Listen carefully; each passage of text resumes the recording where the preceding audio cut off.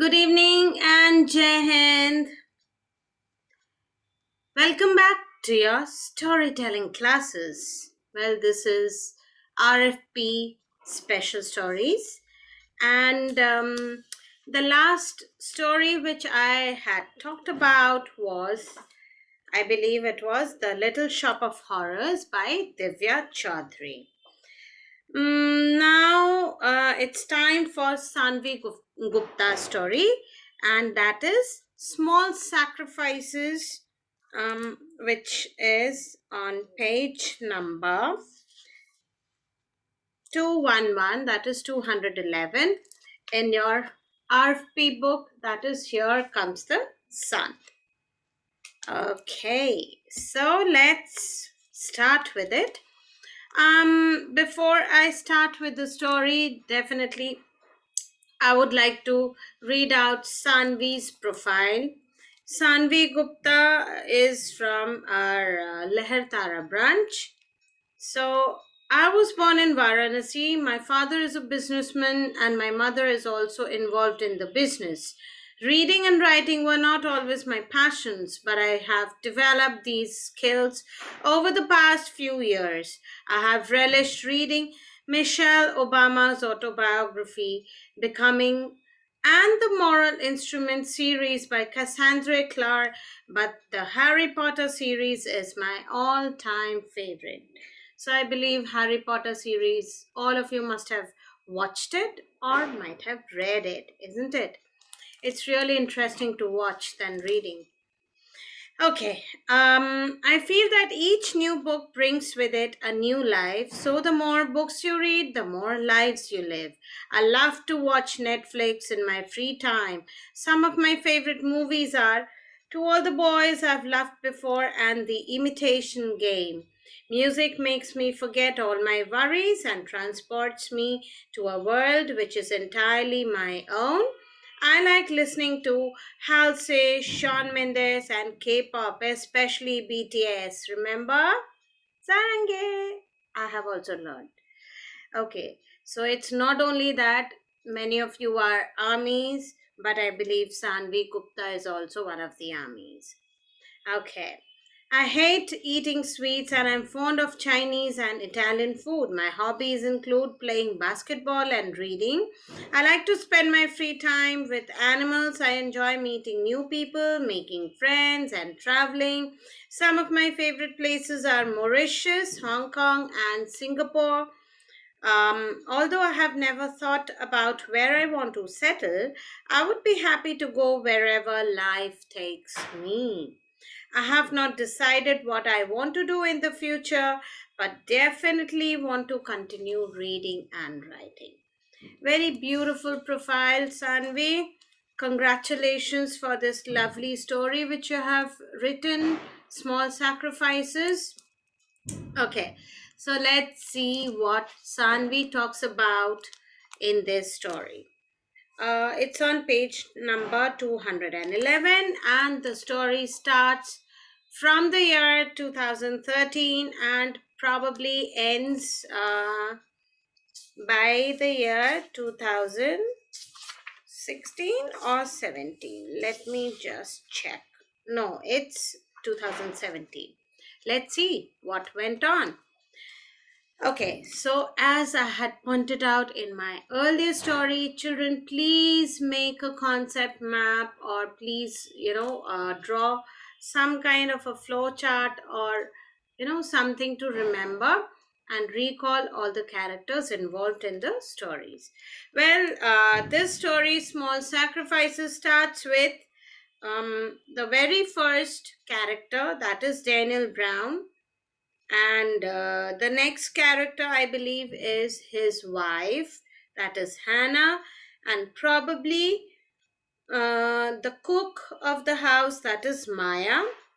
And I believe there is a caretaker also. Okay. So Daniel Brown rang the doorbell of his house, expecting his wife, Hannah, to open the door. Instead, he saw his cook, Maya. On entering the house, he headed to his wife's usual spot on the sofa, but she was not there either. Where is Mrs. Brown? He asked Maya and Alex, the caretaker of the house. So you see, Alex was the caretaker of the house and Maya was the cook. Okay. Madam had Miss Rachel over this evening. She must be resting in her room, said Maya. So Miss Rachel must have been her friend or whosoever. Daniel made his way to their room and opened the door. I have had such a tiring day, but I'm hearing you had some fun this evening. So, typical, talk of a husband to his wife. When she didn't respond, he stepped into the room and saw her lying on the bed. He thought she was sleeping, so he gently shook her, but she did not move. Only then did he realize that she was not breathing. Oh my God. His heart skipped a beat and he quickly held up a hand to check her pulse but felt nothing. Daniel ran to the bathroom, got some water and sprinkled it on her face. She stayed still. He got very scared and carrying her in his arms ran to the car and drove straight to the hospital. So now in the very first scene, when he enters the room and checks with his wife, alarmingly he finds her not responding. So when he physically checks him by checking the pulse and all and by sprinkling water, so she did not respond in either of the cases. So now what he did, his instinct told that he should rush to the hospital. So now let's see what happens there. On reaching the hospital, Daniel was sweating with worry from head to toe. Hannah was taken to the doctor, and Daniel waited impatiently outside. Within a few minutes, the doctor came out of the room. I'm sorry, sir, but your wife is no more. Later, an autopsy will tell us the exact cause, but it's likely that she had an overdose of uh, the sleeping pills. Was she on any medication, sir? Said the doctor. She took pills for a lung issue, but not sleeping pills. She died somewhere around 7 p.m., and it takes about half an hour for sleeping pills to stop your body from functioning. But there is no sign of an external force having been applied. Okay, so now this here actually, it's been talked about how she must have died. So that is very intriguing. And Daniel knew that Hannah never had sleeping pills. So it had to be murder. He called the police. Officer Carl. Now, what is the number of this character? First was Mr. Brown, then Hannah, then was Maya, then Alex, then probably the doctor, but the doctor has got no name, so you can skip off. Next comes your officer Carl. So he reached home after a long and tiring day, and all he wanted was to sleep. His phone rang. He considered not answering but changed his mind, thinking that it might be important. Sir, there has been a murder, and you need to report for the duty. The victim is Hannah Brown, wife of Daniel Brown, 42B Hudson Street. Okay. Frustrated and angry for having been chosen to lead the case, he he picked up his car keys and drove straight to Hudson Street. It was a neighborhood full of large villas where rich families of New York City lived. He parked his car outside the Browns' house and knocked on the door. A middle aged man opened the door. He looked distressed and his eyes were red from crying. You must be Mr. Brown. I'm Officer Carl and I'm here to investigate your wife's case. Okay, so now the scene is something very interesting. The officer was informed and now he reaches the spot. That is 42B Hudson Street. Please underline that. Okay. Take me straight to the crime scene. Daniel and Carl made their way to the bedroom. When I got home, I found her on the bed. Carl put on a pair of gloves and walked around the room, picking things up and inspecting them carefully. How many people live in this house? Asked Carl. Hannah and I didn't have any children, so it was just us, Anna's staff, Maya and Alex. Did anyone come over this evening? Hannah had Rachel over. And who's Rachel? Asked Carl. So now the the investigation is on. Hannah's friend since high school. Carl was thinking about all the ways by which Hannah could have had the pills. Suicide, murder, or maybe she took them by mistake. Mr. Brown, you said that your wife was on medication. Can I take a look? Daniel made his way to the bathroom and fetched a bottle of pills. After having a close look at them, Carl discovered that they were not Hannah's lung medicine, but actually sleeping pills in their place. Without revealing anything, he asked, who has access to the bathroom? Only Hannah and I. No one else uses the bathroom. Alex cleans it every day. Carl looked at his watch and realized that it was almost midnight. He told Andy to call Rachel over. Then, putting Andy in charge, he took his leave for the night. Before stepping out of the house, he said, Andy, make sure no one leaves the house. The next morning, he returned to Hudson Street and started his questioning with Maya. Where were you between 4 p.m. and 7 p.m.? The very first question. Sir, I was preparing tea and snacks for Madam Hannah and Miss Rachel. Where was Alex? Asked Carl. Alex was in the room next to Madam Hannah's. With a notepad in one hand and pen in the other, he was making detailed notes of everything. Okay, Maya, you can leave. Please send in Alex. So the interrogation started, and the first to be interrogated was Maya. Alex, where were you yesterday evening when Miss Rachel came over? I was cleaning the basement, said Alex. Carl knew that either Maya or Alex was lying, but he decided not to react and proceeded to ask questions. What time did Miss Rachel come over? She came at around, say, 4 and left at 6 p.m. Okay, you can leave now and send in Mr. Brown.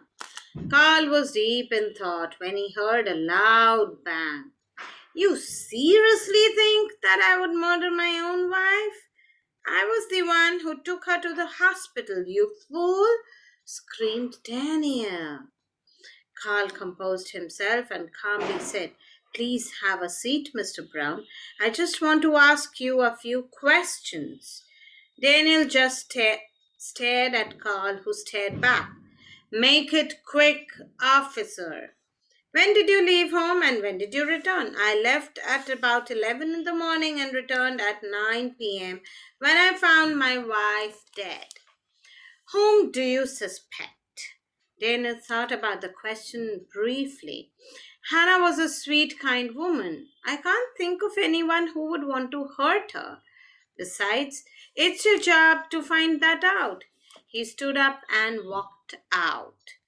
It was a complicated case, and lack of evidence was making the investigation difficult. Carl put his hands over his eyes to gather his thoughts, and when he looked up again, he saw a beautiful young woman sitting on the chair in front of him. Miss, you are? Oh, I didn't even introduce myself. I'm Rachel, Hannah's friend. So now it seems as if Rachel was to be interrogated. I hope you know why you have been called to this room. Officer, you couldn't possibly think that I murdered my best friend. It's my duty to question everyone, so shall we begin? Rachel put her long, smooth hair into a tidy bun and nodded. As far as I know, You and Hannah have been friends since high school and you came to visit her yesterday evening. Yes, officer. Maya, the cook, said that she served tea to you and Mrs. Brown. Do you remember the time the tea arrived? The tea arrived at around 6, and that's why I didn't have it as I was about to leave. Carl looked at Rachel and said, Okay, Miss Rachel, you may leave now. Please send Maya and Alex back in. Okay. Rachel got up gracefully, smiled at Carl, and strode out of the room. She was a wealthy woman, worth a fortune, and Carl couldn't think of a reason why she would murder her best friend. My God, it's very interesting. Maya and Alex both entered the room together. Maya, Alex, sit. Maya, what time did you give tea to Mrs. Brown and Miss Rachel? And where was Rachel?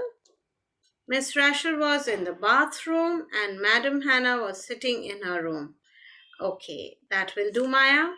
Alex also stood up to leave, but Carl put up his hand. Alex, you must stay. Alex sat down with a look of fear on his face. When was the last time you saw Mrs. Brown?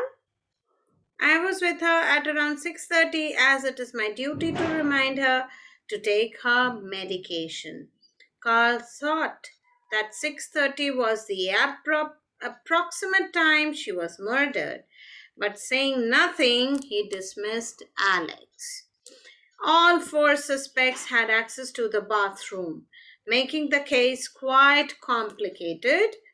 Clearing his mind, Carl climbed the stairs, feeling the gaze of all four suspects about him. So now, the officer did not say that he came to know that the medication was not the pills which were meant for the lung problem, but it was sleeping pills. He went straight to the bathroom. There, he found the keys to the basement to the counter next to her medicines. He remembered Alex saying that he was in the basement in the evening, and now he knew who was lying. He rushed down the stairs to the living room and said, I've found evidence. Alex and Maya were standing by the dining table. Rachel was by the stairs, and Daniel was sitting on the sofa, his head in his hands.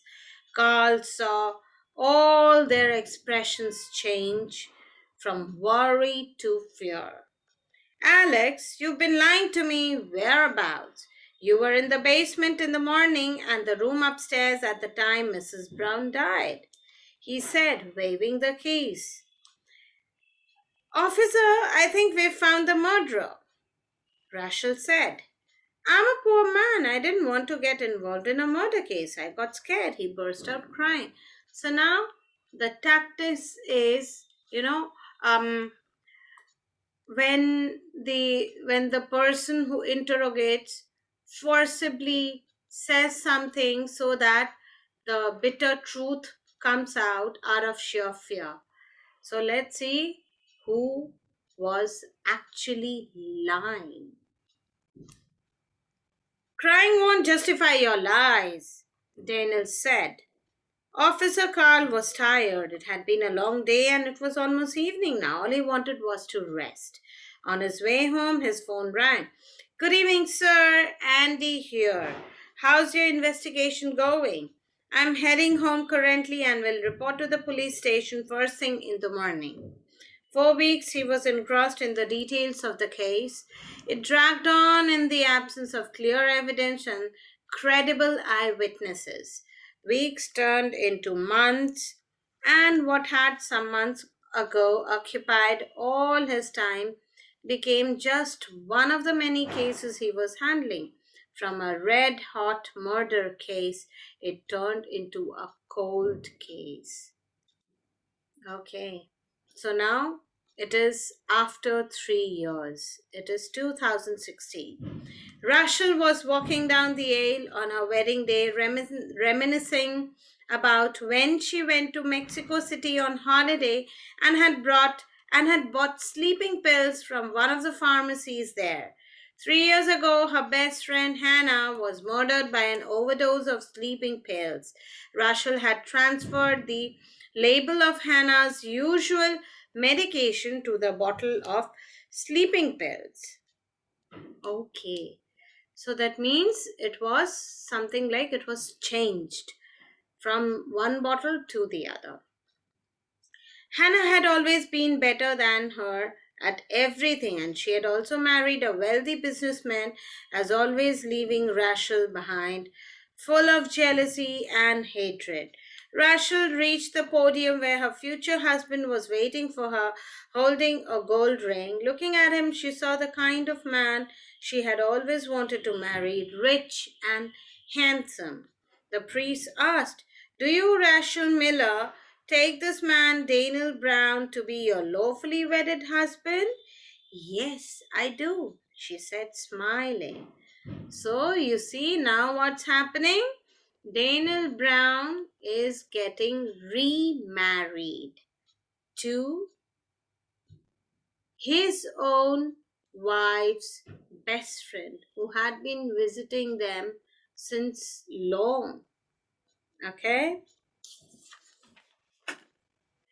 Now it's 2017. Daniel sat in his office thinking about his dead wife, Hannah. He knew each of his servants and knew that they didn't murder his wife, and the only one with opportunity and motive was Rachel. However, now he was just living in a bubble, pretending to be rich, but had in fact lost all of his money a year ago. Rachel was rich and was never satisfied with the money she possessed. She always wanted more. She had married him in order to become even richer, and so had he married her. Had he not married her, he would have been bankrupt. He looked at one of her medicine bottles, wondering how to swap the labels. Rachel might have been evil, but he was far worse. Okay. So it was, what I configured was it was the swapping of the bottles. Not bottles, I should say the labels. Okay. So, children, please be very cautious. Do not ever, uh, change the labels. It's always better to throw one bottle or, you know, uh, things to be changed in such a way that people at your house or whosoever uses those bottles are not confused. Okay, because in that case it would lead to a disaster. All right. And this disaster happened to Hannah, and that was out of sheer jealousy, and that too, the jealousy of her friend, a high school friend. Imagine, jealousy can lead to even murders like this. So it was really well planned, carved out murder, I can say. And the ending was something very remarkable. Now you need to read it and sort out things, and in our class discussions probably I might ask you how you would have expected the ending to be, and did you like this ending? If not, why?